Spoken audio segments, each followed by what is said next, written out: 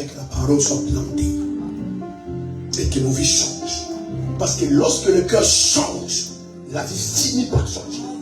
Mon Père et mon Dieu, que ton esprit m'assiste et me fortifie. Que ton esprit puisse me oindre de son onction, de sa présence, de sa divinité. Que les anges de Dieu soient en mouvement en ces lieux cet après-midi et agir en faveur de ceux qui ont été les saluts. Qu'il y ait la paix ici, qu'il y ait la grâce ici. Tout esprit en ces lieux de murmure, d'incrédulité soit chassé au nom puissant de Jésus-Christ. Quelqu'un dit Amen. Amen. On s'assoit.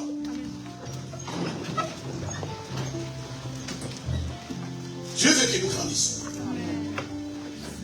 Et même dans le naturel, quand quelqu'un ne grandit pas, soit ses enfants, soit sa famille, s'inquiète quand on ne grandit pas. Spirituellement, c'est pareil. Si vous ne grandissez pas, frères et sœurs, et c'est ce qui m'étonne, comment quelqu'un peut rester des années dans une église et ne pas grandir?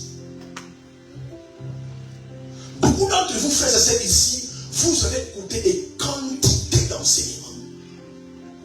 Et je pourrais dire même des enseignements de qualité. Mais quand on regarde votre vie de près, vous n'avez jamais changé. Aucune métamorphose spirituelle. Aucun changement. Vous êtes le même au même niveau. Et ce n'est pas normal, frères et sœurs. Parce que la parole que vous voyez, c'est la parole de Dieu. Si tu ouvres ton cœur et qu'elle est scellée, cette parole ne te donne pas de joie. Tu grandiras. Maintenant, qu'est-ce qui fait que tu absorbes la parole? Tu viens à l'église et beaucoup d'entre vous, je dis, béni soit le Seigneur. Vous êtes là tous les mercredis, tous les dimanches. Mais qu'est-ce qui fait qu'il faut grandir là? Alléluia. Amen. Alors que Paul dit, je serai Apollos arrosé. C'est Dieu qui fait croître. Qu'est-ce qui fait que vous ne grandissez pas?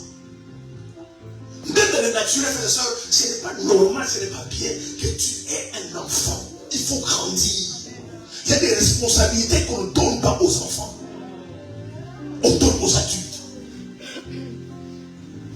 Peut-être oui, par rapport à ton âge physique, tu es adulte. Mais par rapport à ton âge spirituel, tu es un enfant. Et j'en ai grandissement. Soit tu es vraiment un incrédule, soit tu as un cœur qui est infertile. Quand le cœur est infertile, quand un cœur est désertique, on ne peut pas s'aimer dans ce genre de cœur. Dans les pays désertiques, les choses ne poussent pas. Mon conseil et ma prière cet après-midi, que vous devez faire un effort qui vous grandisse spirituellement.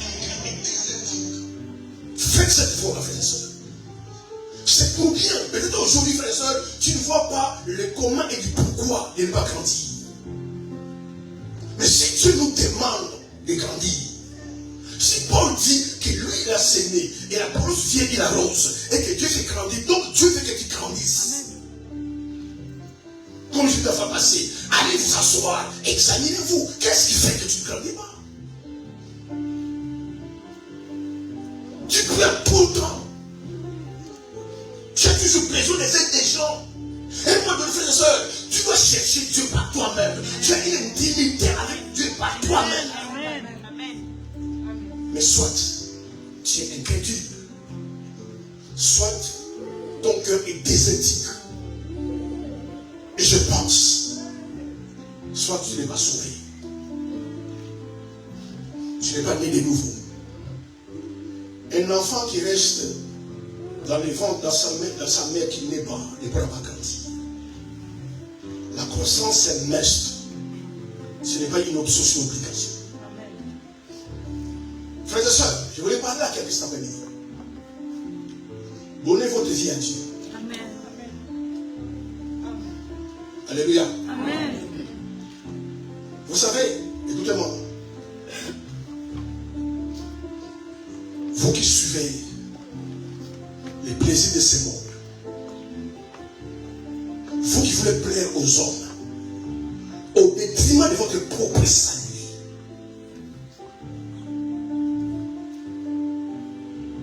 et vous êtes là, ton souci, c'est plaire aux hommes. C'est le plaisir de ce monde. Mais je vais te dire cet après-midi, si tu mourais, la vie va continuer.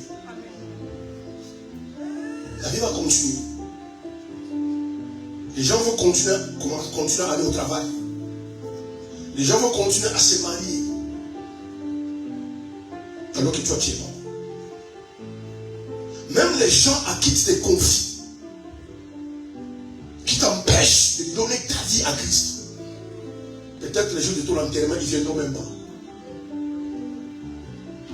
Ils vont chercher des prétextes, des raisons pour ne pas venir.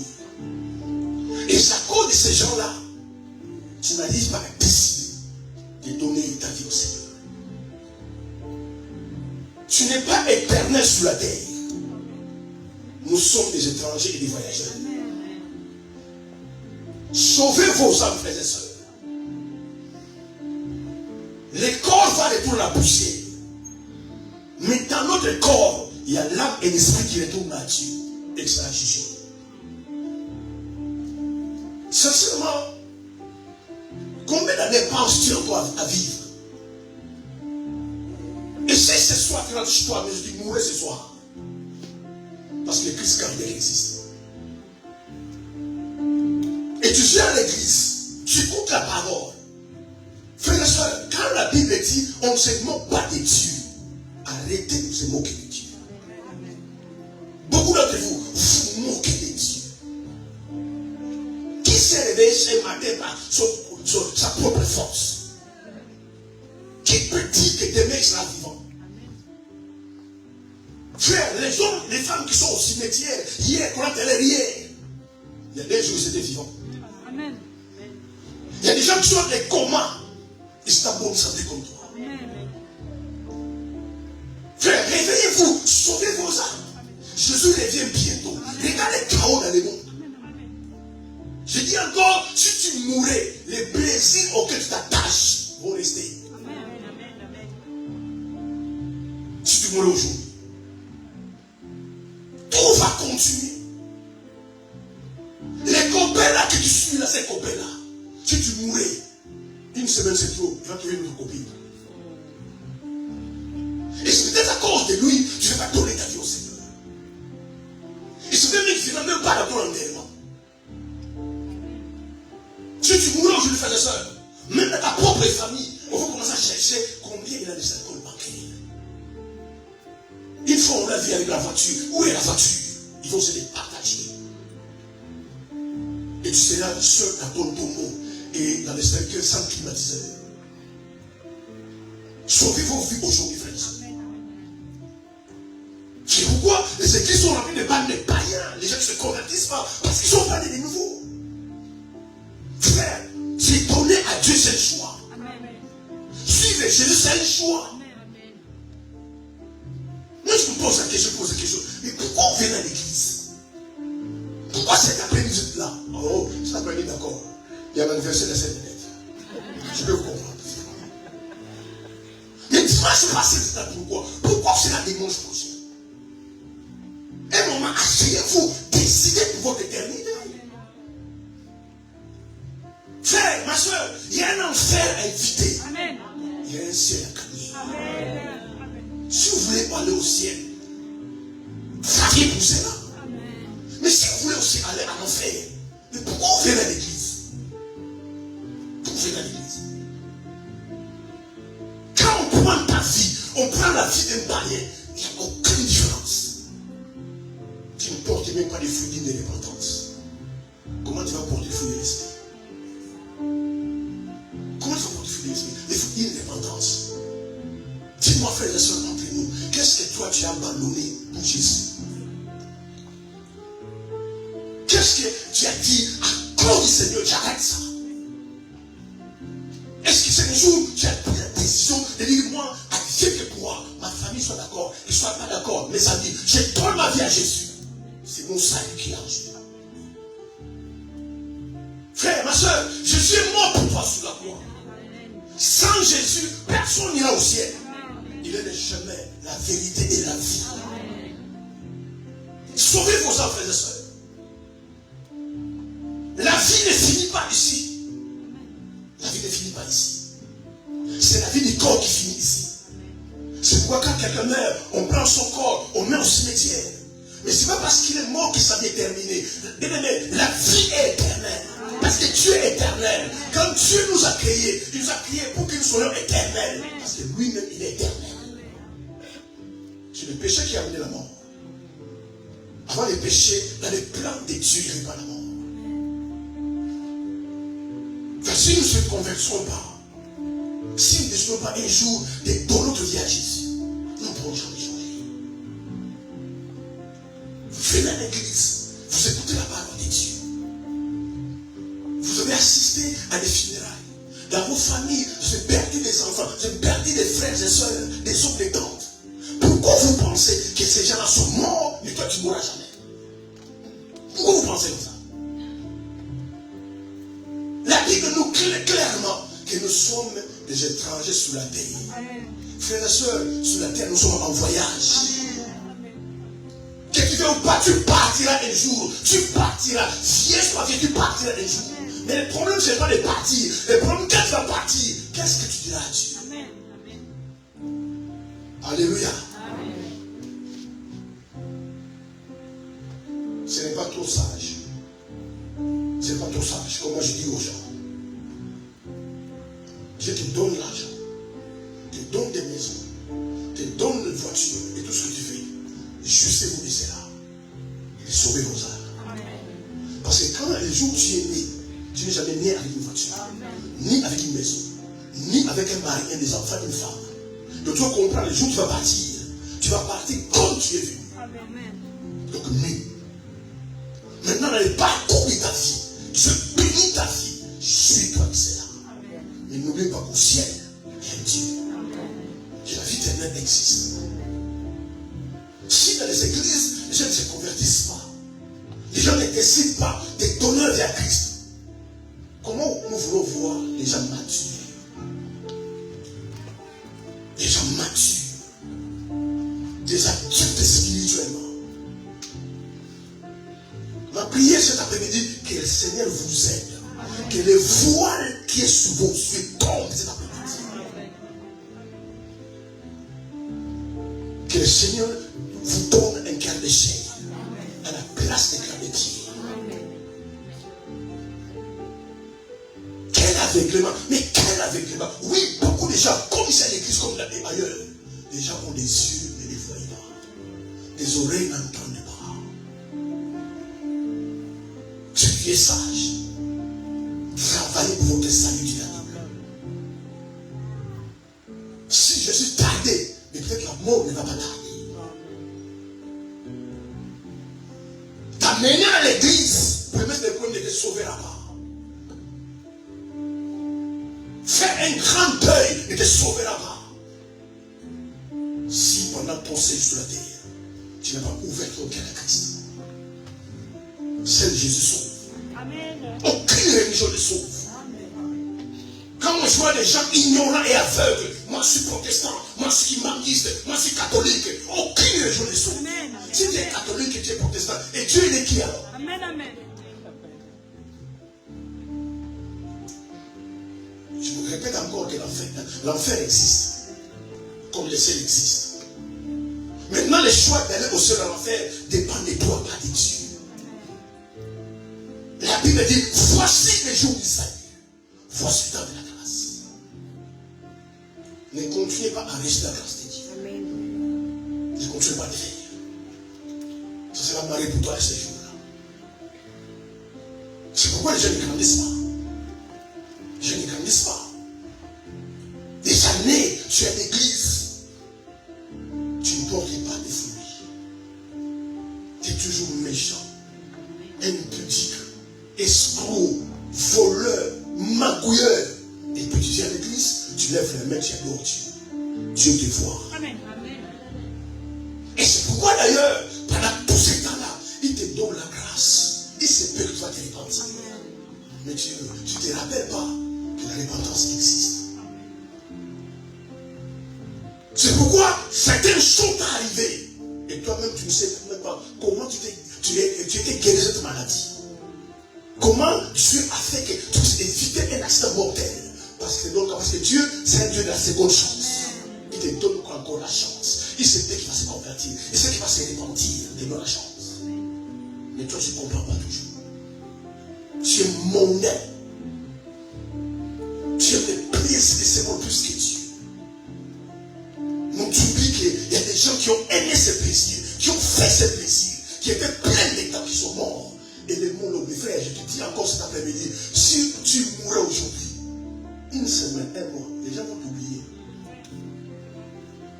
Il y a quelques-uns, des membres des familles, qui vont se souvenir de toi, mais les gens vont t'oublier. Ces gens à qui tu t'attaches. Ces gens-là derrière qui tu cours. Ils sont devenus des dieux sur la terre dans ta propre vie. Une semaine, c'est tout, ils vont t'oublier. Si tu mourras aujourd'hui. Leur vie ne va jamais changer. Leur vie va continuer. Une semaine, c'est trop. Parfois, un mois, c'est trop. Ton mari va se marier. Ta femme va se marier. C'est pourquoi, frères et sœurs, donnez-vous à Christ. Donnez-vous à Christ. Et peu importe ce qui va se passer, quand tu meurs, au moins tu es parti vers Dieu. On appelle ça de la sagesse. Les gens vont t'oublier. Vous allez dans le deuil. Vous allez dans le deuil. Regarde un couple restreint qui pleure. Les femmes viennent bien maquillées, bien coiffées, viennent dans le deuil.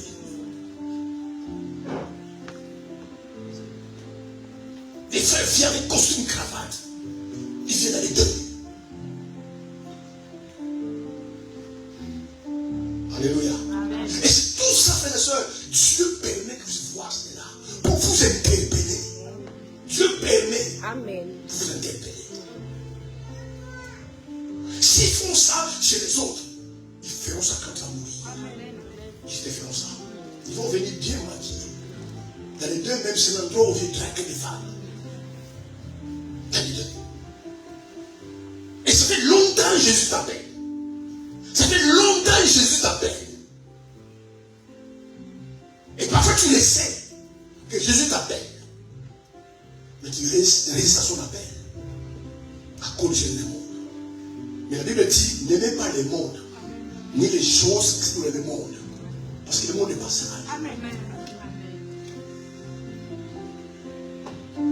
L'amour de Dieu dans ta vie fait que tu sois sauvé. Mais tu ne comprends toujours pas. Tu cours après le monde. Frère, choisir Jésus, c'est choisir la vie. Je mis devant vous la vie et la mort. Amen. Et je vais acclamer le Seigneur.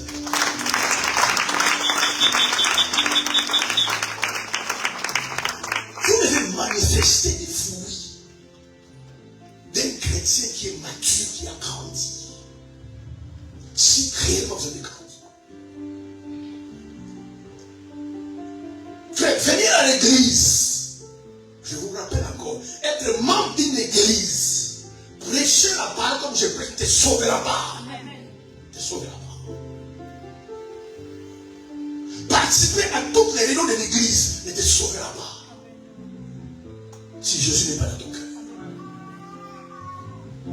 Nous, on va apprécier. Parce que la sœur est toujours là les mercredis. Elle est toujours là les dimanches.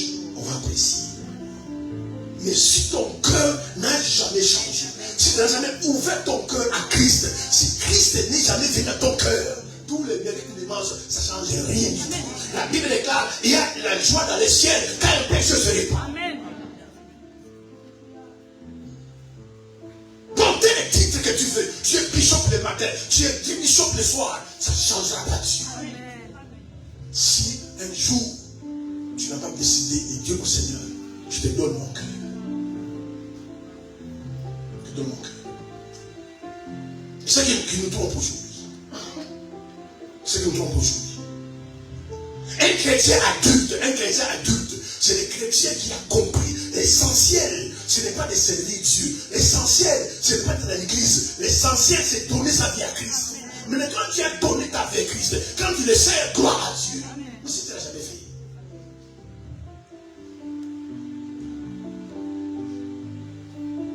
À tous ceux qui l'ont reçu, à tous ceux qui croient en son nom, il a donné le pouvoir de devenir enfant de Dieu.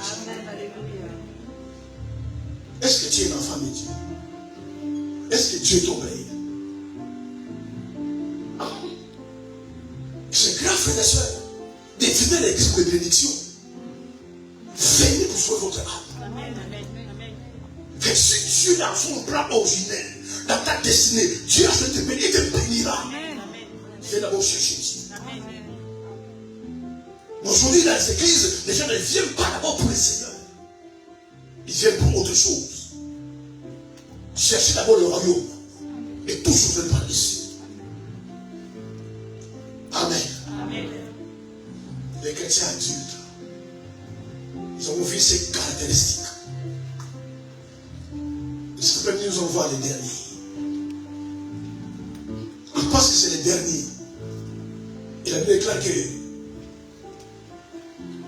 la fin d'une chose est l'élection commencée. Si cet après-midi, écoutez-moi sincèrement, tu te retrouves dans ces grenadiers, je te dis, tu es quelqu'un qui est béni. Et c'est une preuve que tu as vraiment grandi. Parce que la croissance est une preuve. Et cette caractéristique, c'est la crainte de Dieu. La crainte de Dieu. Genèse 42, 15 à 18. Lisez un peu dans votre Bible. Regarde dans votre Bible. Genèse 42, 15 à 18. Je lis la parole de Dieu. Amen. Voici comment vous serez éprouvés par la vie de Pharaon. Vous ne sortirez point d'ici que votre jeune frère ne soit venu. Envoyez l'un de vous pour chercher votre frère, et vous restez prisonniers. Vos paroles seront éprouvées, et je saurai si la vérité est chez vous. Sinon, par la vie de Pharaon, vous êtes des espions. Et il est mis ensemble 3 jours en prison. Le 3e jour, Joseph leur dit, faites ceci et vous vivrez. Je crains Dieu. Amen. Amen. Écoutez la dernière parole de Joseph. Quand ses frères sont venus en Égypte chercher à manger, Joseph reconnaît ses frères, mais ses frères ne les reconnaissent pas. Joseph voulait voir son père et son frère Benjamin. Pour leur faire peur, il met certains de ses frères en prison. Il dit, allez chercher votre père et votre frère. Il dit, ne vous inquiétez pas que vos frères sont restés ici. Je crains Dieu. Alléluia. Je crains Dieu. Aujourd'hui, dans les églises, des hommes, des femmes qui craignent Dieu, ce sont des espèces rares. Alléluia. Ce sont des espèces rares. C'est pourquoi j'ai dit au départ, si tu crains Dieu, ma prière que Dieu te bénisse. Gloire que Dieu te bénisse. Par les temps qui courent, dans les corps du Christ, dans l'église, des gens qui craignent Dieu, je dis des gens qui craignent Dieu, qui soient pasteurs ou frères en Christ, qui craignent Dieu, sont rares. Ils sont très rares. Et Joseph, pour assurer ses frères qu'il a mis en prison, il va l'assurer. Allez chercher votre père. Allez chercher mon frère Benjamin. Restez ici, je crains Dieu.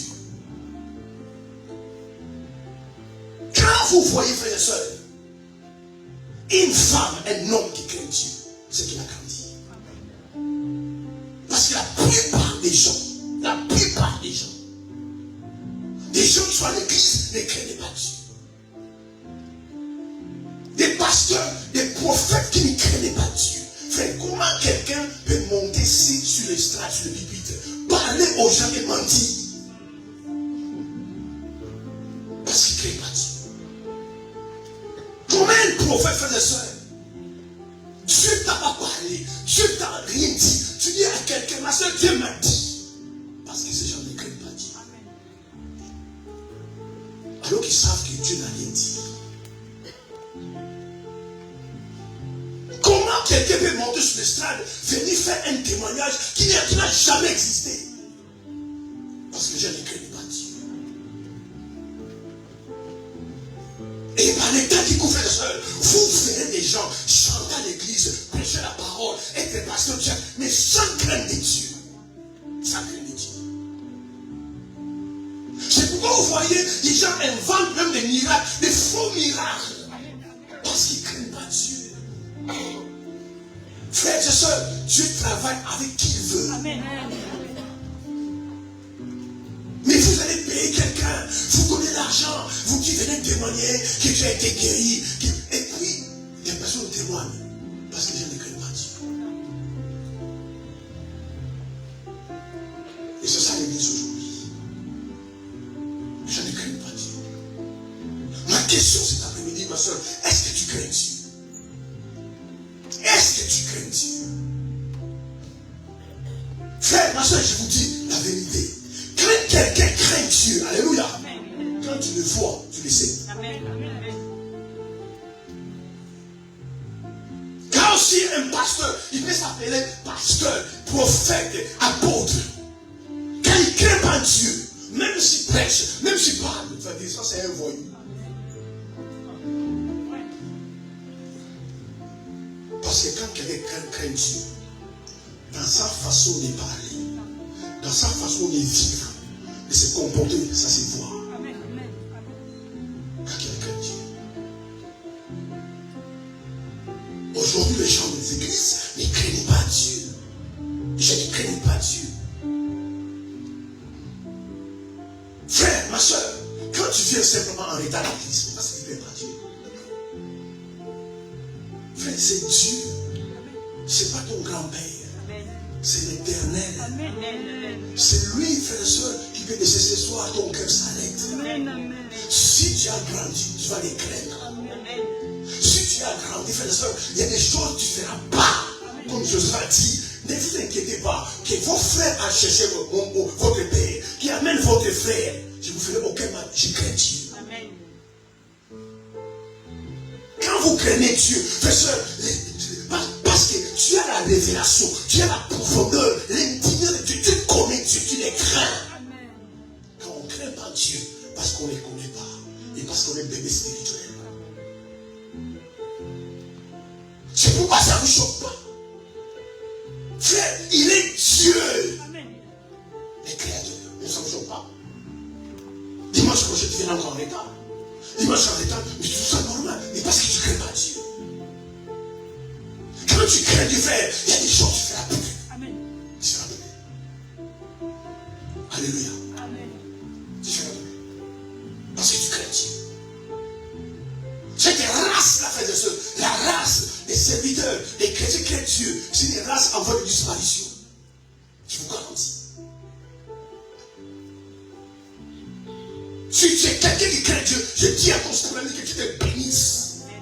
Tu dis crains Dieu. Parce que Dieu peut les gens craignent Dieu. C'est honteux, frères et sœurs, de vous dire cet après-midi que la plupart des serviteurs ne craignent pas Dieu. Les hommes ne craignent plus Dieu. Les chrétiens ne craignent pas Dieu. Regardez le style de vie que vous menez chez vous. Parce que vous manquez ce qu'on appelle la crainte de Dieu.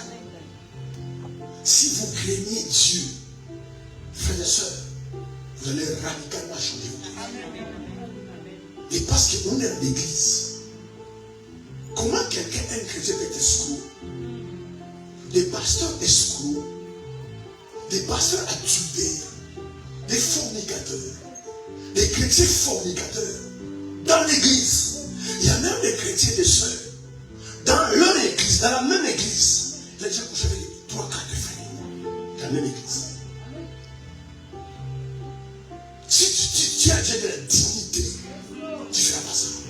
Si même on parle, on enlève la crainte de Dieu. Si tu de la dignité. La même église, tu as couché avec 2, 3, 4 personnes. Frère, si tu crains Dieu, dans la même église, tu vas coucher avec 3 soeurs à l'église. Si on enlève la crainte de Dieu, juste pour ta dignité. Et je plains les églises. Mais Joseph dit à ses frères, pour les rassurer, mais ne vous inquiétez pas, j'ai craint Dieu. Ce sont des perles rares, des sœurs de frères qui craignent Dieu. Comment ça peut arriver à ton esprit de coucher avec un frère à l'église? Alors déjà, il ne t'a jamais proposé au mariage. Il n'a jamais. Mais l'intérêt c'est quoi?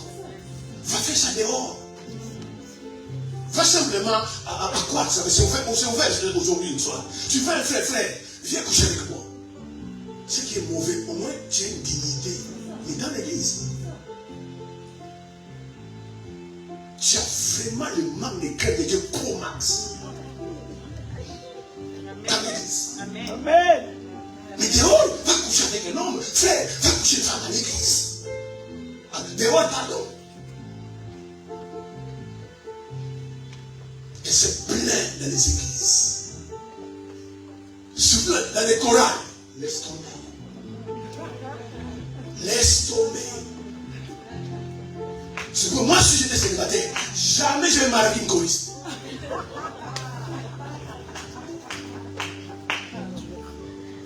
Mais puis ils viennent dimanche, ils se lèvent les mains et ils chantent, ils parlent la langue. Et comment vous n'avez pas craint Dieu?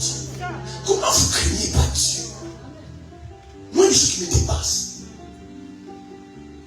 Ma soeur, mon frère, tu viens aussi à l'église dimanche, tu lèves les mains, tu te mets à genoux. Frère, ma soeur, c'est un Dieu. Pendant que tu es à genoux, tu tombes, tu meurs.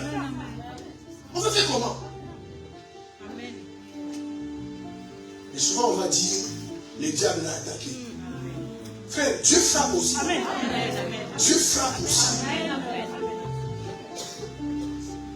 Tout ça pourquoi? Parce qu'il n'y a pas la crainte de Dieu. Il faut vous repentir. Il faut vous repentir. Est-ce qu'on peut acclamer le Seigneur?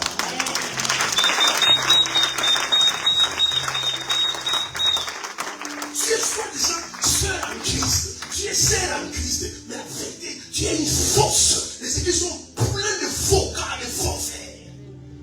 Et de faux sœurs. Tu es sœur en Christ. Tu as 6 copains. Alléluia. Amen. Papa. Et je peux continuer. Amen, papa. Avance. Tu as 6 copains. Et les copains là, lui aussi, il a d'autres copines. Et puis il dit, tu es l'amour de ma vie. Là-bas aussi, il dit là-bas, hein, tu es l'amour de ma vie. Tu viens à l'église, tu lèves la main, tu chantes, tu pries. Mais comment vous arrivez à ce niveau-là de ma crainte? Je ne comprends pas.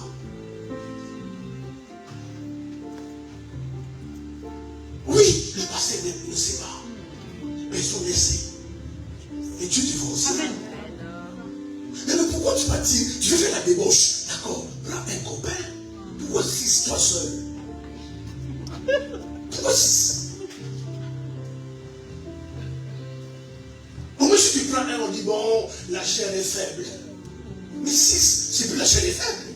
C'est la prostitution. C'est la débauche. Et vous voulez que Dieu puisse agir. Frère, je vous garantis, dans les églises, c'est pas où vous voyez, rarement j'ai vu que les gens me prêchent ici. La plupart des pasteurs ne craignent pas Dieu. Ne craignent pas Dieu. Je préfère moi-même vous enseigner. Amen. Amen. Comment les gens fabriquent les miracles? Mais Dieu vous voit. Vous payez quelqu'un. Dis ma soeur, j'étais fracturé 1000 fois. On paye quelqu'un. Juste pour la gloire des autres. Mais où vous y allez la gloire des autres? Les gens vous acclament et après. Mais ils sont pleins. C'est pour faire ça. Mon conseil, écoutez-moi. Ne vous laissez pas imposer avec les droits. Amen, amen, amen. Faites très attention. Frère, le fait que quelqu'un prêche bien n'est pas un signe qui craint Dieu. Amen. Je ne crains pas Dieu. Regarde la débauche à l'église. Vous êtes fiancés, comme je dis, vous êtes des fiancés. Il y a des choses que Dieu permet pour les fiancés, il y a des choses que Dieu ne permet pas. Amen, amen. Les sexes, c'est pour les mariés. Amen. Si vous craignez Dieu, vous allez attendre. Amen, amen, amen. Vous allez attendre. Mais comme il n'y a pas la crainte de Dieu aujourd'hui, on a banalisé Dieu. On a banalisé Dieu. Et le pire, ces gens-là sont en train de servir Dieu. Vous faites entrer à l'église le feu étranger. C'est à cause de ces feux-là, Accra est mort. Accra est mort. Dieu a dit à Josué, nul ne se tiendra devant toi. Quel que soit le combat, quelles que soient les batailles, tu seras vainqueur dans tout temps. Alléluia. Mais Josué va livrer bataille avec les Amalécites. Il se rend compte qu'il a perdu la bataille. Frère, un chrétien qui craint Dieu, alléluia. Quand certaines choses t'arrivent, tu vas les voir Dieu. Parce qu'il y a des choses qui n'arrivent pas avec les chrétiens. Tu vous gardes ça, j'arrive jamais avec Dieu. Dieu est avec toi, Dieu marche avec toi, il te garde, il te protège parce que les crains. Josué a vu la défaite. Il est parti voir Dieu. Et toi, tu m'as dit, nul ne tiendra devant moi. D'où vient la défaite? Pourquoi Israël a perdu la guerre? Alléluia. Et Dieu a dit à Josué, il y a les péchés dans les camps.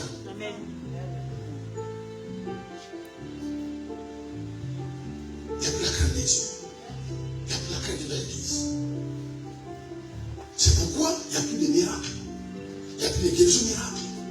Des conversions radicales. Des gens transformés, il n'y en a plus. Vous devez vous asseoir, frères et sœurs. Quel est le but de vous prostituer? Ton corps n'est pas une poubelle. Écoutez-moi, jeune fille, jeune garçon, écoutez-moi. Je dois vous le dire. Alléluia. Amen. Quand vous allez coucher avec un homme, cet homme a 80 démons. Alléluia. Et avant de coucher avec toi, il a couché avec une fille qui avait 80 démons. Donc en lui, il est à 160. Quand il couche avec toi, il te transmet 160. C'est la vérité, papa. Amen. Si vous voyez beaucoup de frères et sœurs, plein de démons de mal, de nuit, de femmes de nuit, à cause de la possession. Tu ne sais même pas, frère, si tu es sœur, tu es frère, que ton corps est le temple du Saint-Esprit. C'est le temple de Dieu. Mais aujourd'hui, les gens ne craignent pas Dieu. Je ne crains pas Dieu. Alléluia. Et même les parents ne craignent pas Dieu. Frères et sœurs, si vous craignez Dieu, tu es parent, sans le vouloir, vous allez transmettre cette crainte à vos enfants. Amen, amen, amen. Amen. Si vous craignez Dieu. Amen. Si vous craignez Dieu. Lisez-moi la Bible. Corneille chapitre 10, verset 1 à 2.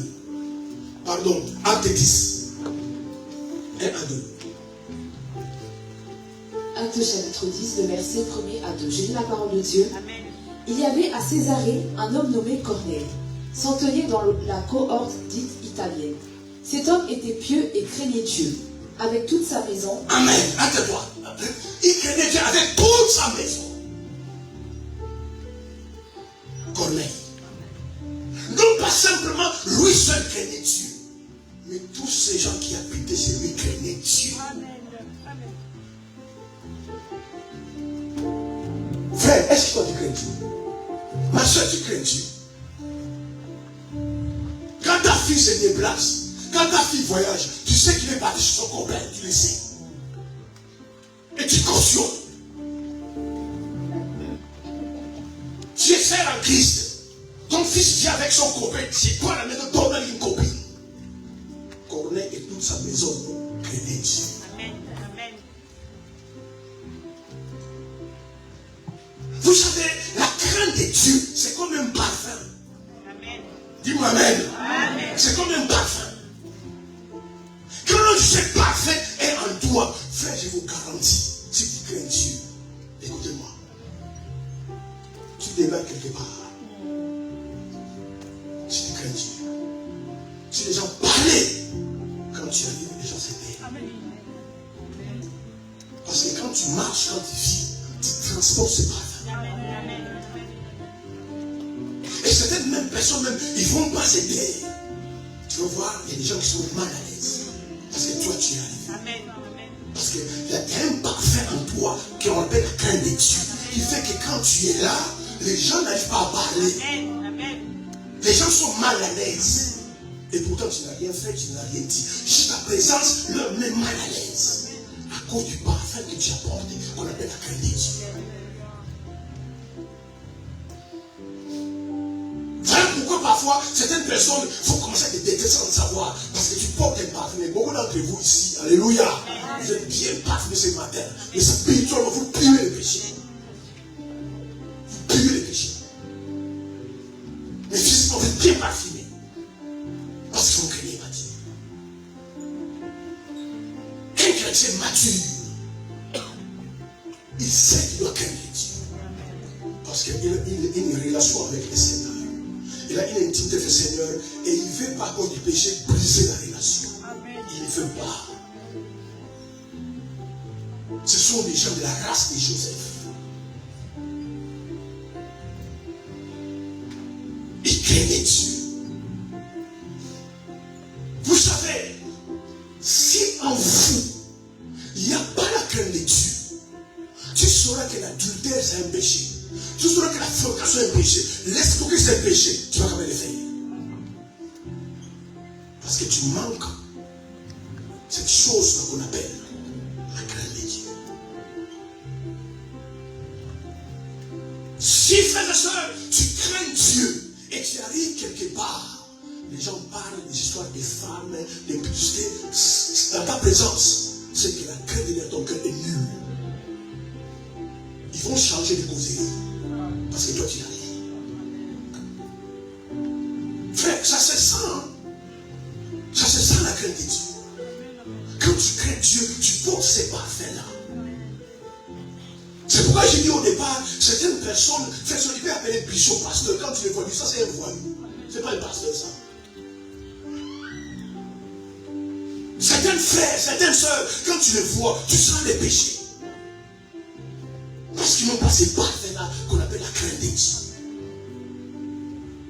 Craignez Dieu, frères et sœurs. Vous allez entraîner vos enfants à craindre Dieu. Mais si le parent ne craint pas Dieu, comment vous voulez que les enfants craignent Dieu? Beaucoup de parents ne craignent pas Dieu. Vous faites des bêtises devant vos enfants. Frère, quand vous craignez Dieu, alléluia, il y a certaines choses vos enfants ne vont pas faire. Il y a des films qu'ils vont regarder. Quand la clé sort, maman, ils vont changer, ils craignent Dieu. Mais si on te regarder des films obscènes devant toi, c'est que toi tu crains pas Dieu. Il y a des choses à la maison, les enfants ne vont pas faire. Parce que vous savez faire ça, la crainte de Dieu, ça se transmet. Alléluia. Amen. Je veux rassure ses frères. Il dit, je ne vous ferai pas du mal. Je ne suis pas les gens de faire du mal. Je crains Dieu. Est-ce que tu crains Dieu? Vous venez à l'église, vous écoutez la parole, vous n'obéissez même pas à la parole, parce que vous ne craignez pas Dieu. Parce que vous ne connaissez pas ce Dieu-là. Parce qu'il est impossible de craindre quelqu'un qu'on ne connaît pas. Frère, si tu as une relation avec le Seigneur, si tu les connais, Jésus est dans ta vie, tu les craindras. Et Dieu aime les gens qui les craignent. Dieu aime les gens qui les craignent. Quand vous les craignez, il vous remplit de sa grâce, il vous remplit de sa faveur, il vous remplit de son onction quand vous craignez Dieu. Crains pas Répandez-vous, répandez-vous. Répandez-vous.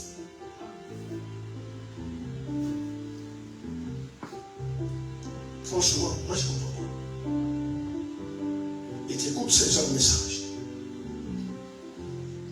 Et puis tu vas rentrer à la maison. Et c'est vrai, vous t'appelez encore ce soir. Mon cœur. Et puis tu penses que Dieu est son cœur. Dieu est son estomac. Et ce frère-là, c'est un païen. Pourquoi tu l'amènes dans l'église? Tu ne peux pas l'amener à l'église. Faites vérifier autour de vous les gens qui sont non chrétiens. Quand vous les voyez, tu sais qu'il y a l'esprit de Dieu. Vous devez savoir que ce frère est chrétien. Tu peux savoir. Je veux savoir que cette sœur-là craint Dieu. Des Rois 4, versets 8 à 9.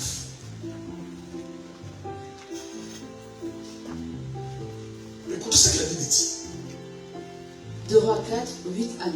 Je lis la parole de Dieu. Un jour, Élisée passait par Sunem.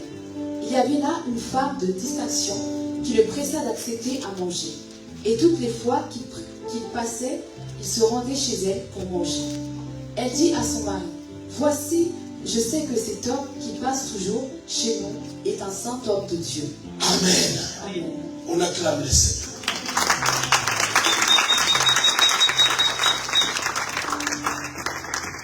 Élisée, le prophète. La Bible déclare, il passait à Sunem. Élisée n'a jamais crié. C'est pourquoi je comprends quand le monde dit que les tonneaux vides font beaucoup de bruit, c'est vrai. Quand quelqu'un n'a pas la sémence de Dieu, quand quelqu'un n'a pas la grâce de Dieu, il cherchera la pub sur les réseaux sociaux. Il cherche à se faire connaître. Il va chercher la visibilité. Mais quand tu sais la sémence que tu portes, tu sais que Dieu est ta visibilité. Élisée n'a jamais dit à cette femme-là que Dieu te donne un mari qui craint Dieu. Que Dieu te donne une femme qui craint Dieu. Sinon, bonjour l'enfer. Élisée n'a jamais dit à cette femme-là qui craint Dieu. Mais sa façon de vivre. Vous savez, ces versets-là, c'est dans la Bible, mais c'est des versets pour le bébé spirituel. Dieu regarde le cœur, il regarde le cœur. C'est Dieu qui regarde le cœur. Nous, on regarde la base. Sa façon de se comporter, sa façon de servir Dieu, sa façon de vivre et de marcher. Cette femme a remarqué que cet homme-là qui passe ici près de chez nous, c'est un saint homme de Dieu. Mais elle n'a jamais dit à cette femme-là que moi, je suis un saint homme de Dieu. Jamais l'a dit. Et cette femme-là a perçu que cet homme qui passe entre nous, c'est un saint homme de Dieu. C'est ce qu'on appelle la crainte de Dieu. Vous savez, certaines personnes, vous parlez avec, vous marchez avec, vous rencontrez, vous côtoyez, vous sentez qu'ils pêchent. Vous sentez qu'ils pêchent. Alléluia. C'est pourquoi je conseille aux frères, aux soeurs de se marier. Ne regardez pas la beauté physique, regardez sur la beauté intérieure. Parce qu'il y a des hommes, c'est pourri à l'intérieur. Il y a des femmes, c'est pourri à l'intérieur. Par manque de crainte de Dieu. S'ils ne craignent pas Dieu, ces frères-là ne craignent pas Dieu. C'est pas toi qui vas craindre. Cette soeur-là ne craint pas Dieu. Frère, quand vous êtes marié, c'est pas toi qui vas craindre. S'ils ne craignent pas Dieu. C'est ça que Dieu a besoin. Parce que c'est un parfum. C'est une vie, crainte de Dieu, c'est une vie. Et cette femme-là a remarqué. Comme je dis, toi, frère, si tu es spirituellement averti, tu es spirituellement profond des choses de Dieu. Alléluia. Parlez avec les gens. Vous voulez faire des affaires. Derrière un truc qui dit non, c'est un escroc. Il ne faut pas faire avec elle. Tu rencontres quelqu'un, vous discutez, vous marchez. Il y a quelque chose qui dit non, il n'est pas sérieux. Il n'est pas sérieux. Tu ne te trompes pas. C'est la voix intérieure qui te parle comme ça. Dans le Saint-Esprit. Et pourtant, Élisée passait par là. Il n'a jamais crié sur tous les toits. C'est pas bien aimé. Faire attention les gens qui crient partout. Élisée a dit à cette femme-là, je suis loin des dieux, je suis prophète des dieux. Mais cette femme-là a remarqué que le monsieur qui passe chez nous, c'est un seul homme de Dieu. Il est parti voir son mari. Il dit, écoute, moi j'ai fait de cet homme-là, quand il passe chez nous là, il vient dormir chez nous. Montons les murs. Une chambre haute. En fait que quand ils viennent, qu'ils dorment chez nous. Cette femme-là, Sunamite, ne connaissait pas Élisée. Mais quand Élisée passait, Élisée dégageait le parfum de la grande Dieu. C'est ce parfum qui dégage. C'est pourquoi, frère, sœur, vous allez loger quelqu'un chez vous que vous ne connaissez pas. Il n'a jamais dit qu'il est prophète. Élisée n'a jamais dit ça, qu'il est prophète. Lui, il passait, parce que c'était sa route. Mais cette femme-là, avec son flair spirituel, il a remarqué que cet homme qui passe comme son nom, il n'est pas comme tout le monde. C'est un saint homme. Elle appelle saint homme du Dieu. Il supplie son mari, il dit, s'il te plaît, qu'il vienne dormir chez nous. Bâtissons une chambre haute. Quand il vient, qu'il vienne dormir chez nous, ils ont mis un chandelier, ils ont mis une table et un lit. Et quand Élie passait par Sunem, il venait dormir chez ce couple-là. Il dégageait le parfum de la crainte de Dieu. Toi, tu as tous les parfums, Gucci, mais crainte de Dieu, il y a là-bas. Et tous les parfums, tu as là. Mais crainte de Dieu, il y a là-bas. Parce que vous êtes la crainte de Dieu. Alléluia. Amen. Oui, c'est un parfum. Je me rappelle plus jamais, j'ai parti au Gabon. Je me suis assis avec quelqu'un dans l'avion. Et puis, on volait. Il s'est trouvé, il m'a dit, monsieur, bonjour, ça va? Ça va. Il dit, on dirait que tu es un homme de l'église. J'ai dit oui. Puis ça se sent. Amen. Amen. Quand quelqu'un est public, ça peut se sentir. Quelqu'un n'est pas sérieux, ça peut se sentir. Amen. Je dis, tu es un homme de l'église? Il dit, oui. Il me demande, mais tu parles au Gabon faire quoi? Je dis, je parle prêcher l'évangile. Cette femme-là a vu Élisée. Élisée vient dormir. Et écoutez-moi très bien, frères et sœurs. Ce parfum-là, je prophétise ça sur votre vie. Que vous ayez senti le parfum. Quand quelqu'un te voit avec une beauté extraordinaire, bien habillée, ne laisse pas tout le monde cette femme-là chrétienne. Amen. Sans savoir qu'il était prophète, il met un chandelier. Élisée dormait et partait. Il dormait et partait. Ils n'ont pas demandé, mais est-ce que tu es un prophète? Mais tu es qui? Mais le flair spirituel, l'esprit de Dieu dans cette femme-là a dit à lui que c'est donc ça son homme de Dieu. Il faut que les gens viennent dormir chez nous. Et quand son séjour s'est arrêté, il fait partir. Il demande à son secrétaire Géasi. Il dit, va voir avec cette femme-là qui nous a fait du bien. On mangeait sur lui. On a bien dormi. On ne lui a rien demandé. Quelle générosité, quelle hospitalité. On va partir. On va quand même les remercier par la politesse. Va l'appeler. Demande de lui. Demande-lui qu'est-ce qu'elle veut. Et Géasi vient rapporter au prophète Élisée, dit qu'il n'a pas d'enfant. Son nom sont les prophètes et amis. Frère, faites du bien un homme de Dieu vrai. Vous ne savez pas ce que vous voulez rencontrer. Je vous garantis. Jusqu'aujourd'hui, Dieu n'a jamais changé. Il travaille encore au travers de ses serviteurs, mais des vrais qui portent l'onction. Quand Géasi a dit à Élisée que non, elle a dit, elle n'a rien à demander. Elle dit, elle habite chez elle ici. Elle connaît les gouverneurs du pays. Tout le monde la connaît ici. Mais elle n'a pas d'enfant. L'onction prophétique s'est déclenchée. Élisée a dit, appelle-la. Quand la femme est venue, Élisée dit, tu vois, l'année prochaine, à la même époque, tu auras un fils. Et ils sont partis. Sentez la présence, la crainte de Dieu. Vous allez abandonner cette banalité que vous avez. C'est pourquoi vous ne pouvez pas abandonner l'escroquerie, la jalousie, la compétition, la haine. Parce que vous manquez les parfaits qu'on appelle la crainte de Dieu. Quelqu'un qui craint Dieu ne jalouse pas. Quelqu'un qui craint Dieu n'est pas dans la compétition. Quelqu'un qui craint Dieu. Joseph a dit, ne vous inquiétez pas. Allez chercher simplement votre père et frère. Je vous ferai du mal. Je crains Dieu. Je crains Dieu. Quand vous voyez quelqu'un qui craint Dieu, il est mature. Parce qu'après moi, je ne crains pas Dieu. C'est pour cela, vous saurez que les mensonges c'est mauvais. Ceci c'est mauvais. Il y a même des femmes qui trompent leur mari, l'adultère, mais parce qu'ils ne craignent pas Dieu. Il y a des maris qui trompent les femmes parce qu'ils ne craignent pas Dieu. Faites entrer dans votre cœur cet ingrédient qu'on appelle la crainte de Dieu. Quand on craint Dieu, on condamne les mal. On condamne les mal. Et parce que vous ne craignez pas Dieu, vous couvrez le mal. Que ta fille fait ce mal, que ton fils fait le mal est mal. Amen. Mais toi, si tu es christian de ça, maman, il dit pas, toi, si tu dis pas, parce que tu ne crées pas Dieu. Amen.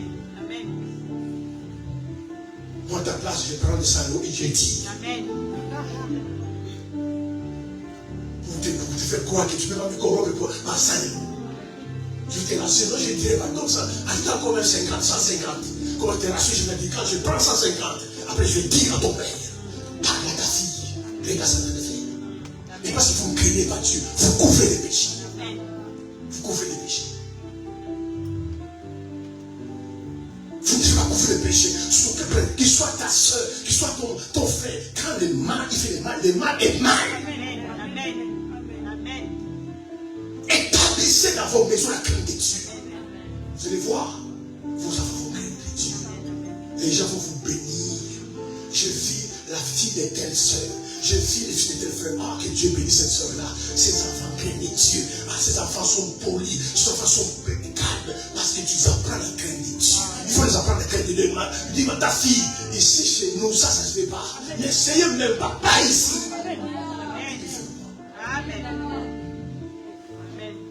Mais ces gens sont à l'église.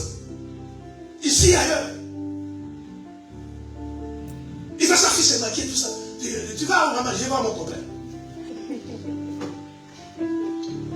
Petit Dieu. D'ailleurs, tu dois 500 euros. Comment tu vas parler? Alléluia. Amen. Mais cette femme, la Sunamite, a remarqué que le monsieur qui passe là, c'est un symptôme de Dieu. Parce que l'onction parle. La crainte de Dieu, c'est une odeur. Quand les gens sont autour de toi, peut-être même quand ils ne sont pas spirituels, même quand ils sont des païens, ils vont se dire, mais cette sœur n'est pas comme tout le monde. Ah, elle est bien, sans problème, vraiment calme. Ah, si je n'ai pas marié, je n'ai pas cette sœur-là. Mais parce qu'ils sentent que tu as quelque chose qu'ils ne connaissent pas, mais qui s'appelle la crainte de Dieu. Tu n'es jamais quelqu'un parlable. Parce que tu crains Dieu. Aujourd'hui, laisse tomber. Laisse tomber. Pourquoi l'église est discréditée? Pourquoi les gens n'ont plus confiance au pasteur? Pourquoi les gens ont quitté l'église? Parce que le même péché qu'ils ont vu dans le monde, quand ils viennent à l'église, ils font la même chose. Pourquoi? Parce que l'église ne craint pas Dieu. Ils ne craignent pas Dieu. Mais la Bible dit de Corneille. Corneille craignait Dieu, lui et toute sa maison. Vous pouvez craindre Dieu sans parler.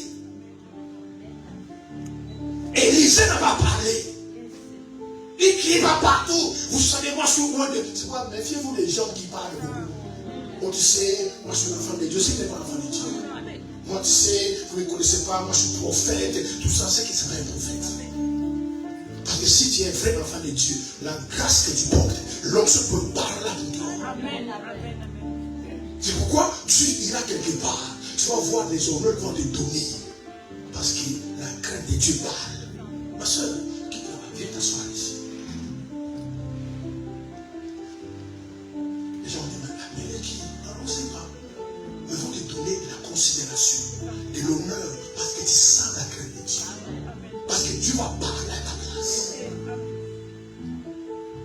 Toi, tu es derrière là-bas. Tu es derrière là-bas. Quelqu'un vient, tout ça, viens. Frère, viens t'asseoir ici, devant ici. Des fois, c'est pour ça que je me dis, pourquoi pas nous? Pourquoi elle? Pourquoi lui? On l'a pris, pourquoi pas nous? Et parce que la crainte de Dieu, ça se sent. Dis-moi amen. Ça se sent. C'est pourquoi allez abandonner les péchés. Allez abandonner la débauche. Abandonne ces choses, frères et sœurs. Quand tu crains Dieu, frères et sœurs, cette crainte-là, parce que si l'odeur, si l'aura, ça informe les gens qui sont autour de toi. Que la personne que vous voyez là-bas, c'est la crainte de Dieu. Même quand la personne est méchante, la personne est violente, mais quand elle veut te parler, tu vois, il sa baisse. Il te parle avec respect. Et puis, toi-même, tu ne comprends pas, l'autre, tu ne comprends pas. Mais tu as parlé calmement, tout ça. Parce que cette odeur-là, elle a senti que non, je ne vais pas parler à tout le monde comme ça. Tu crains Dieu. Quand tu crains Dieu, tu transportes Dieu. Tu transportes sa grâce. Aujourd'hui, on ne craint pas Dieu. Regarde les bêtises dans les églises. Regarde les insanités dans l'église. Regarde les péchés à l'église. Parce qu'on ne craint pas Dieu. L'église est devenue un théâtre. Frère, cette strike, c'est pour prêcher la parole. Mais moi, je fais des églises, on veut faire des théâtres des pasteurs de pupitre. Des pasteurs, on fait des théâtres. Parce qu'on ne craint pas Dieu. Aujourd'hui, on fait les deuils dans les églises. On vient, on met la photo du disparu ou le disparu à l'église. On fait les deuils. Mais vous ne verrez jamais dans les mosquées où on fait les deuils. Dans les synagogues, vous ne verrez jamais qu'on fait les deuils. On a profané l'église. On a profané l'église. Pourquoi? Parce qu'il n'y a plus la crainte de Dieu. Et d'ailleurs, vous remarquerez, si tu crains Dieu, on va te combattre. Parce que c'est monnaie courante. Les gens ne vont pas comprendre pourquoi toi tu crains Dieu. Pourquoi tu crains Dieu? Dans ce siècle, dans ce temps ici, pourquoi tu crains Dieu? Il faut se combattre. Parce que c'est une denrée rare. Craignez Dieu. Alléluia. Mais j'ai ma voiture, j'ai ma vie, j'ai ceci. Pourquoi craindre Dieu? Mais parce que tu n'as jamais rencontré Christ. Mais quelqu'un a rencontré Christ, va le craindre. Va le craindre. Quand tu crains Dieu, frère et soeur, tu pourrais être piégé par les péchés. On te piège par les péchés. Mais cette sémence, cet esprit-là qu'on appelle la crainte de Dieu, te dira à t'en sortir. Et Joseph était piégé. Joseph piégé. Vous savez, Joseph pouvait coucher avec cette femme-là. Ça pourrait être compréhensible. C'est elle qui a commencé. C'est elle qui vient me tenter. La Bible déclare, elle a tenté Joseph plusieurs fois. C'est pas une fois, plusieurs fois. Couche avec moi, couche avec moi, couche avec moi. Jésus a refusé. C'est elle qui a déshabillé Joseph. Mais l'aura, l'odeur de la crainte de Dieu, Joseph dit non. Je vais fuir. Même si nu, je vais fuir. Je ne tombe pas dans ces péchés-là. Parce qu'il y avait en Joseph l'esprit de la crainte de Dieu. Vous savez, beaucoup d'entre vous, vous péchez. Vous ne péchez pas pardon. Parce qu'il n'a jamais eu l'occasion de pécher. C'est pourquoi j'en fais pécher.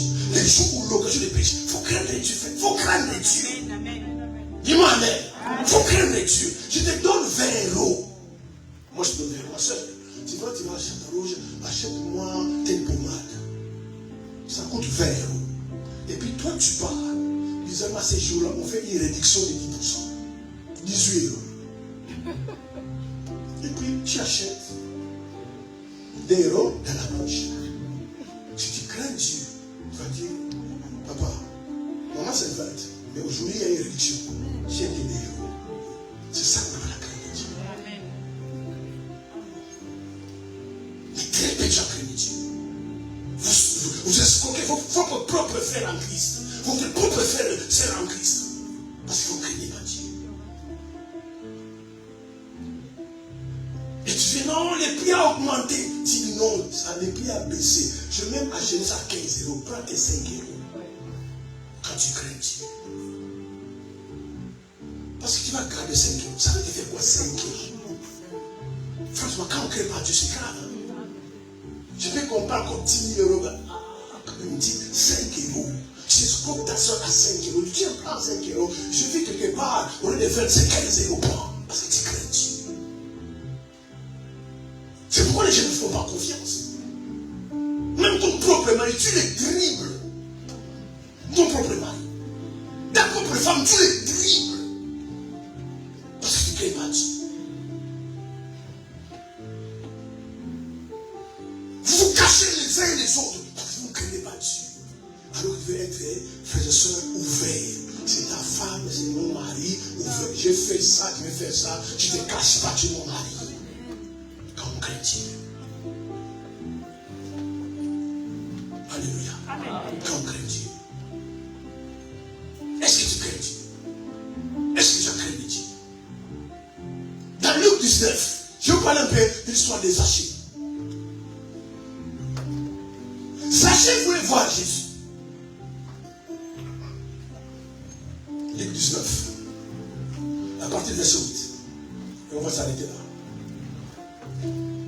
Luc 19, à partir du verset 8. Je lis la parole de Dieu. Mais Zachée, se tenant devant le Seigneur, lui dit: Voici, Seigneur, je donne aux pauvres la moitié de mes biens, et si j'ai fait tort de quelque chose à quelqu'un, je lui rends le quadruple. Amen. Amen. Ça, c'est les paroles des Zachée. Il dit devant le Seigneur: si je fais du tort à quelqu'un, et si je prends l'argent de quelqu'un, je lui dois au quadruple. Mais allez lire Luc 19 jusqu'en bas. Zachée, son souci était qu'il puisse voir Jésus. Vous savez, frères et sœurs, vous êtes à ce niveau-là que vous êtes. Et je crains même que vous n'allez jamais à un niveau élevé. Parce que vous manquez en vous les désirs et la soif de Dieu. Frère, si vous cherchez Dieu de votre cœur, si vous voulez que Dieu soit réel dans votre vie, il va se manifester. Sachez, entendez parler de Christ, de Jésus. Et il s'est décidé de voir Jésus. Il n'était pas pauvre, Jésus était riche. Il était très riche, lisez la votre Bible. Un homme riche du nom de Zachée. Mais malgré sa richesse, il a senti qu'il manque quelque chose dans sa vie. Et il manquait Jésus. Et un jour, il apprend que Jésus devait passer par là. Et Jésus partit passer. Il traînait la foule. Et Jacques était le petit tapis. Frère, dans la vie, j'ouvre une parenthèse. Il faut être déterminant, persévérant. Que rien, alors rien, quelles que soient les montagnes, ne fasse reculer. Il faut toujours avancer. Zachée pouvait se dire: je m'en vais, je suis de petite taille, je ne pourrais pas les voir. Sa taille était pour lui un obstacle. Mais Zachée se dit: non, il y a un sycomore, il y a un arbre, je vais monter dessus. Parce que mon but aujourd'hui, il faut voir Jésus. Vous ne cherchez pas, frère. Vous ne cherchez pas. Vous ne cherchez pas. C'est juste des religieux qui viennent à l'église. On a adoré, on a loué dans nos offrandes, et encore, et puis on va partir. Mais vous ne cherchez pas le Seigneur. Sincèrement et sérieusement, vous ne cherchez pas. Frère, qui ne risque rien à rien. Zachée a risqué sa vie en montant sur le sycomore parce qu'il pouvait tomber de petite taille. Et je suis passé par là. Quand Jésus arrive, vous savez, Dieu voit ton désir. Ce qui est dans ton cœur, que même quand tu ne connais pas, Dieu le sait et le voit. Je vous garantis, frères et sœurs, vous avez des besoins, des désirs, des passions dans votre cœur. Vous n'avez jamais dit à personne, mais Dieu les connaît. Et Jésus passe auprès des sycomores où était Zachée. Il regarde sur l'arbre. Il voit Zachée. Il dit: descends. Aujourd'hui, le salut est entré dans ta maison. Sachez la Amen. Jésus, écoutez-moi. Je vais vous expliquer ce qu'on appelle la crainte de Dieu. Sachez Amen. Jésus dans sa maison. Il fait un banquet. Jésus mange. Jamais, lisez la Bible. Jésus n'a jamais enseigné la repentance à sa chair. Il n'a jamais enseigné ça. Jésus est parti chez Jésus pour manger et pour boire. Mais quand Jésus sentait en lui les parfaits de la crainte de Dieu. Vous savez, quand vous craignez Dieu, alléluia, vous pouvez aller quelque part. Quelqu'un vient commencer à confesser ses péchés, alors tu n'as pas demandé. Alors tu n'as pas demandé. Quelqu'un qui t'a fait du mal ou a volé quelque chose de toi que tu ne sais même pas, mais parce que tu crains Dieu, il te l'a dit, ma soeur, pardonne-moi, tu m'as fait quoi? Oh, pardonne-moi tout ce que tu dois, tu m'as fait quoi? Parce que tu sens les parfums qu'on appelle la crainte de Dieu. Tu sais, ton téléphone qui est perdu en 2022, c'est moi qui l'ai volé. Mais qu'est-ce qui pousse à confesser devant toi? C'est ces parfums qu'on appelle la crainte de Dieu. Les gens vont vous respecter quand vous craignez Dieu. Les gens vont vous honorer quand vous craignez Dieu. C'est pourquoi arrêtez de faire cette habitude de vous mélanger. Tu es dans ta famille, qui sont des païens. Quand tu es là, tu te comportes comme un païen. C'est quoi ça? Quand ils viennent au milieu chrétien, ils se comportent comme des païens. Parce qu'ils sont païens, normal. Mais toi aussi, enfant de Dieu, tu vas dans le milieu, tu te comportes comme un païen. Moi, dans ma famille, c'est pas comme ça. Et chaque quand je suis là, je suis là. Et derrière des choses, il ne fait pas me le dire. Il ne faut pas qu'il soit au courant. Il ne faut pas qu'il soit au courant. Parce qu'ils savent si je suis au courant, c'est ce que je vais faire. Frère, si on dit les païens soient à l'aise, il y a un problème avec la crainte de Dieu. J'ai un problème avec la crainte de Dieu. Tu veux que les païens, tu sois à l'aise, tu as un problème. Cette odeur-là, la crainte de Dieu, doit les mettre mal à l'aise. Ils doivent commencer à murmurer. Ils doivent commencer à douter. Parce qu'ils portent l'odeur. Il y a un frère qui voulait se marier longtemps. Vous savez sa préoccupation. Sa soirée. Tout le monde qui venait dans la soirée, il demandait, frère, est-ce que le pasteur va venir? Il va quand est-ce que le pasteur va venir? Donc son problème était que je ne vienne pas. Il me dit, pourquoi tu demandes si le pasteur va venir? Non, s'il vient, il va gâcher ma fête. Alléluia. Et comment je vais gâcher sa fête? Pourquoi simplement l'odeur de la crainte que je porte, quand je suis là, il sera mal à l'aise. Alléluia. Vous ne craignez pas Dieu, frères et sœurs. C'est pourquoi le jour de ton mariage, ton oncle veut te voir, t'attend ton père. Et il faut que tu puisses entrer avec la chanson de OK Jazz. Parce que c'est que tu crains pas Dieu. Si tu crains Dieu, il ne faut pas essayer. Il faut commencer à douter maintenant avec les gens.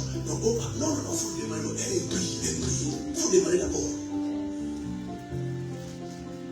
Alléluia. Il ne faut pas proposer, non, pour les échanges de vœux, il faut boire du vin ou le whisky. Ils savent qu'ils ne peuvent pas essayer. Tu crains Dieu. Tu crains Dieu. Ils vous font ça parce que vous-même, vos parents savent que vous ne craignez pas Dieu. Vos parents savent que vous ne craignez pas Dieu. Vous ne craignez pas Dieu. Mais vos parents savent. Vos cousins, ils savent que vous ne craignez pas Dieu. C'est pourquoi les jours où tu vas l'amener acheter la robe de mariée, comme il sait que tu ne crées pas Dieu. Voilà pourquoi il va te chercher une robe où les seuls sont bleus. Parce qu'ils savent que tu ne crées pas Dieu. Ils savent. Mais si tu crées Dieu, tu ne peux pas essayer. La fois passée, mon frère m'appelait, j'étais très content, il me dit, enfin, tous les pasteurs en France sont des faux, sauf toi. Je dis, merci. Tu devais prier dans une église, je devais prier que chez toi. C'est pourquoi ils font comme ça. Si tu crains Dieu, il ne faut pas essayer de choisir. D'ailleurs, ce n'est pas toi qui vas choisir, c'est elle qui va choisir. Nous, on fait des robes comme ça, tout ton dos est dehors, tes seins dehors, et puis tu es content. Parce qu'ils savent qu'ils ne craignent pas Dieu. S'ils craignent Dieu, même à ton absence, quand tu vas au toilette dans un magasin, ça va pas accepter. Parce qu'ils savent que tu crains Dieu. cette odeur-là, frères et sœurs, de craindre Dieu, et rare dans les églises, rare parmi les chrétiens, l'odeur de la crainte de Dieu. C'est pourquoi les gens vivent dans la débauche et le péché, mais sans souci, Ils cherchent des copains, des copines, mais sans souci. Il vient à l'église, il se met à genoux, il adore, mais sans souci. Mais parce que tu n'as pas cette odeur-là en toi, on appelle la crainte de Dieu. Mais Jésus craignait Dieu. Dans la maison de Zachée, quand je dis à Zachée, je m'en vais. Zachée, lui me posait, Seigneur, moi, quand je dois à quelqu'un, je lui dois au centime. Mais ce n'est pas Jésus qui l'a enseigné. Jésus n'a pas enseigné, non, il faut se repentir, il faut restituer les choses des gens. Quand il prend les choses des gens, il faut restituer. Non, Zachée lui-même, parce que l'odeur là de la crête qu'il y a Jésus a poussé Zachée de confesser. A poussé à confesser. C'est malheureux l'église. C'est très malheureux. Les gens de l'église ne craignent pas Dieu. Il y a des choses, frères, vous devez arrêter de faire ça si vous craignez Dieu. Sans vision, sans les Saint-Esprit, vous allez se craigner Dieu. Ça, moi je fais craindre. Si tu dis à ton père, à ta mère, papa, maman, ça là, c'est terminé avec moi. Votre église là, non, c'est pas l'église. Moi, c'est terminé avec moi. Je crains Dieu. Ils vont bouder, mais tu feras leur fierté.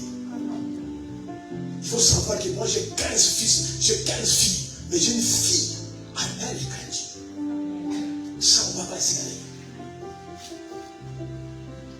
Comment ils peuvent se craindre Dieu? Les jours de ton mariage, ils te prennent, et puis danser, et puis la musique du monde. Comment ils vont se... Et quand ils savent que ils ne s'élèveront pas, ils savent que Dieu ne s'en marchera pas.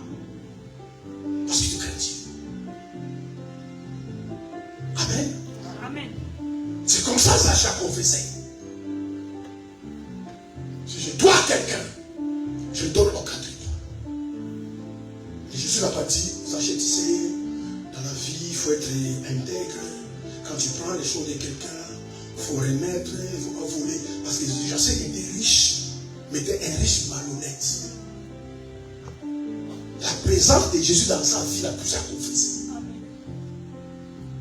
Frère, certaines personnes qui sont des pécheurs, mais quand ils entrent en contact avec les vies, tu peux réorganiser et impacter les vies. Amen. Ils vont pécher quand tu n'es pas là. Mais quand tu es là, ils ne pécheront pas. L'odeur là que tu portes à cœur de Dieu empêche à cette personne de faire du mal. Il faut vraiment vous demander à vous de craindre.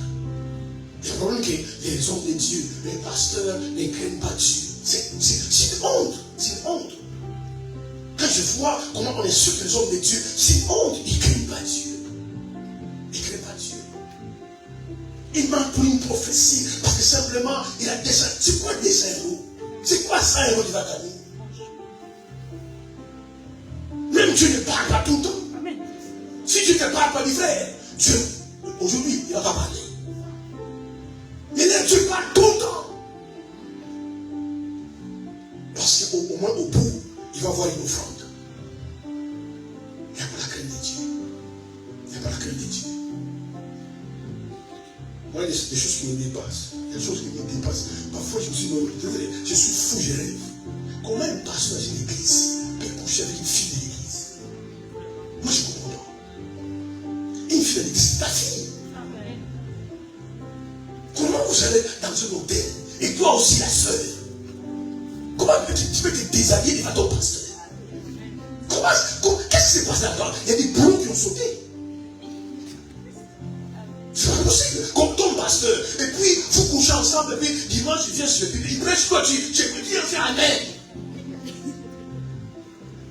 Tu me dis, qu'est-ce qui se passe dans la tête? Tu peux les reprendre. Les pasteurs, Dieu mon père, on ne fait pas ça à sa fille. Et vous allez aussi dans l'hôtel. Il faut rentrer aussi dans l'hôtel. Après, je pense qu'il m'a invité. C'est toi qui l'as invité. De toute façon, pourquoi? Parce qu'il n'y a pas la crainte de Dieu. La Bible dit, la crainte de Dieu, c'est la sagesse. Un dernier verset, vous allez là. Isaïe 11, verset 2. On s'arrête là.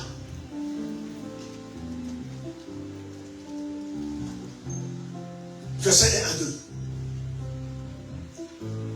Ésaïe 11, verset 1 à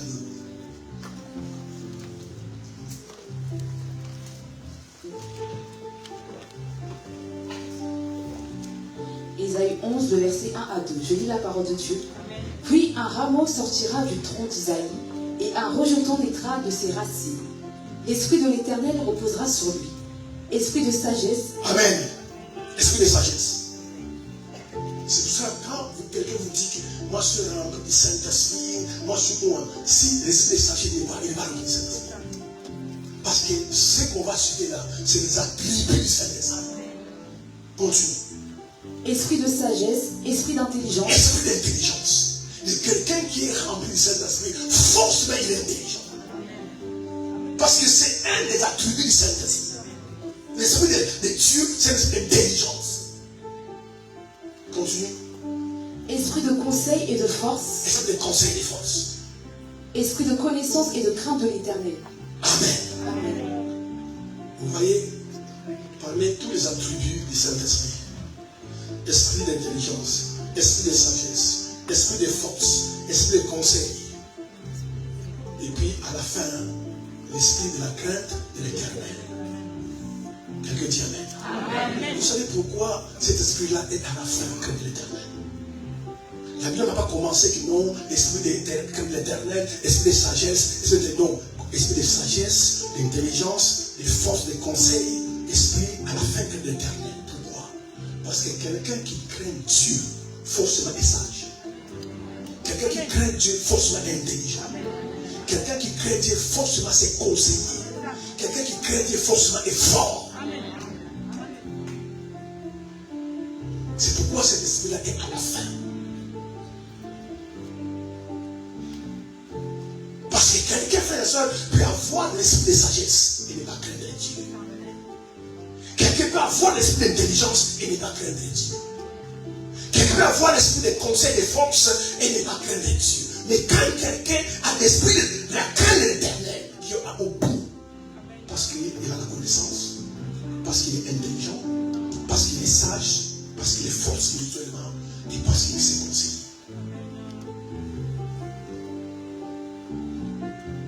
Amen. Amen. Ça, c'est les attributs du Saint-Esprit. C'est pourquoi vous pouvez voir, c'est pourquoi méfiez-vous du spectacle. Quelqu'un peut parler en tant qu'un gros pécheur devant l'Éternel. Ça, c'est les attributs du Saint-Esprit. Quand vous voyez quelqu'un avec cet attribut-là, c'est que le Saint-Esprit opère dans sa vie. Il est sage. C'est comment l'Esprit il y a des choses on t'apprend pas. Il y a des choses personne ne t'a montré. Mais quand le Saint-Esprit en toi, tu as la connaissance. C'est pourquoi au bout de ces versets, lis-moi le verset 3. Verset 3, il respirera la crainte de Il l'Éternel. respirera la crainte de l'Éternel. Amen. Amen. Il respirera. Tous les versets, vous devez respirer la crainte de l'Éternel comme vous respirez là. Quand vous soufflez, les gens doivent voir en vous la crainte de l'Éternel. Frère, soyez des gens.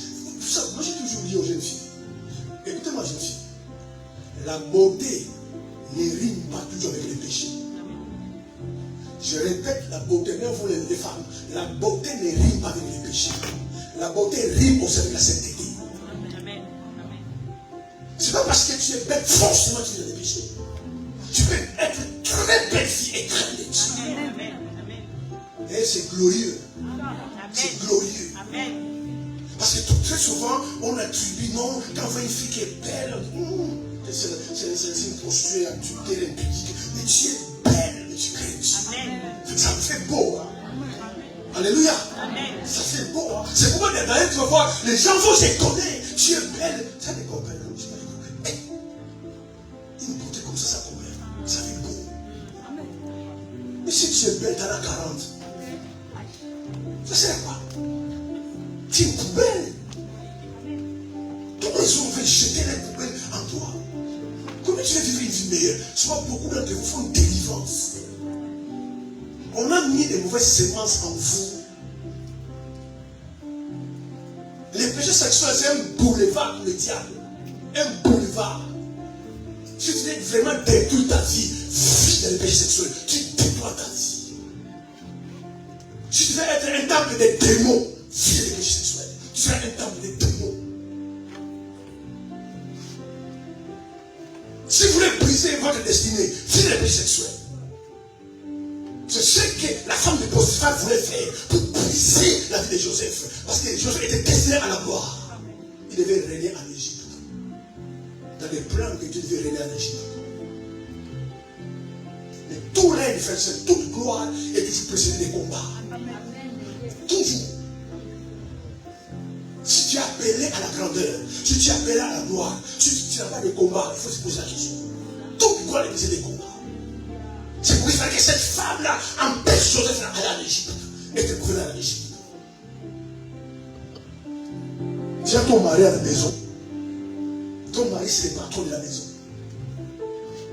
Comment tu vas dire, j'ai à son 17 ans, couche avec moi, en fait plusieurs fois plus. Parce qu'il voulait pousser la destinée de Joseph.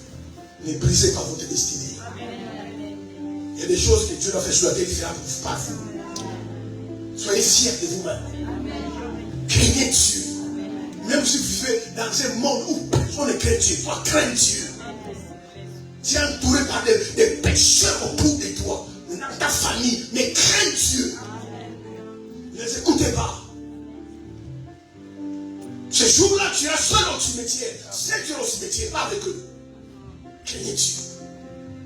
Si tout le monde te fuit, laissez-le fuir, crains Dieu. Si Dieu est pour toi, qui sera contre toi? Si tout le monde t'abandonne, laisse rester seul. En plus, c'est une gloire. C'est une gloire d'être abandonné parce que tu crains Dieu. Quand tu es mauvais, les gens t'abandonnent parce que tu es mauvais, c'est pas une gloire. Mais quand tu sais que je suis seul aujourd'hui, c'est simplement parce que tu crains Dieu. Frère, quand tu vas crier au ciel, les gens qui craignent Dieu, quand ils crient au ciel, qu'est-ce que tu as crié au ciel? Dieu les écoute. Et regardez aujourd'hui, côtoyez les chrétiens. Vous sentez, les gens ne craignent pas Dieu. Jésus dans la bouche, mais pas dans le cœur. Il vient dans l'église pour faire les défilés des mondes. Jésus n'est pas dans le cœur. Tous les péchés que vous voyez sont dans la vie des chrétiens. Et c'est toi que Dieu n'agit pas. Et c'est toi qui sont malades. La Bible dit, recherchez la paix et la sanctification sans laquelle personne ne verra le Seigneur. Frère, dans les péchés, tu ne verras pas le Seigneur. Amen. Recherchez la paix et la sanctification. Sans la sanctification, personne ne verra le Seigneur. Il y a trop de péchés à l'église. Il y a trop de péchés à l'église. Et les diables même s'infiltrent dans les églises. Ben, il faut empêcher les péchés. Les chrétiens n'aiment pas. Vous allez aimer. Les péchés, vous allez aimer. Ah non, sinon ils vont fuir. Mais frère, si on ne dit pas les gens se repentir, comment ils vont se repentir? Les messages des Jean-Baptiste étaient repentez-vous car le royaume est proche. Il fallait que Jésus vienne, mais pour que Jésus vienne, il faut que le peuple se repentisse. Frère, sans repentance, ce n'est pas la gloire. Alléluia. C'est pour cet après-midi, moi je termine. Si quelqu'un est là, il vient donner sa vie au Seigneur.